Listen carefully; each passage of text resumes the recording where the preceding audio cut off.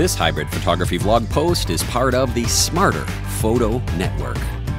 Hey, it's Will Crockett here. Welcome to Crocketville. We are still getting caught up with some of our viewer email questions on the Ask Will section of Discover Mirrorless. Here's a good one from, well, I guess a good one, maybe not so good if you're a Fuji shooter like me. It's from Denson. And Denson says, hey, Will, I just bought a Fuji X-E1, and that is right now one of my all-time little favorite mirrorless cameras. This is terrific. Now, this is the middle of the line when it comes to Fuji's removable lens series, right? The X Pro is at the top. Next one down is the X-E1. It just doesn't have the super duper finder, right? The optical hybrid finder. Then underneath it is the M, and then of course then you've got the attached lens, the X100S. That's the Fuji lineup that we really like. Well, he says, I'm using the autofocus to take pictures of my dog and I'm dying here. Like, what settings am I doing wrong? Why am I having a hard time with autofocus with the Fuji? And I got to tell you, buddy, I said, life is a trade-off, right? The quality of the file that comes off the Fuji, particularly when we're talking about still photos, is phenomenal. In fact, you can put it against any DSLR that you want to, it rocks.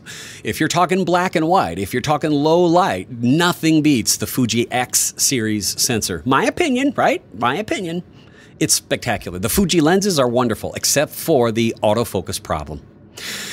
Doesn't matter what kind of firmware updates that we're going to put on the lenses nor on the bodies. It's just the way that autofocus works is not that terrific. If you're out in the sunshine and you happen to have, I don't know, a spotted dog or a few paint stripes on your dog to put the contrast up on your dog, you might get better autofocus.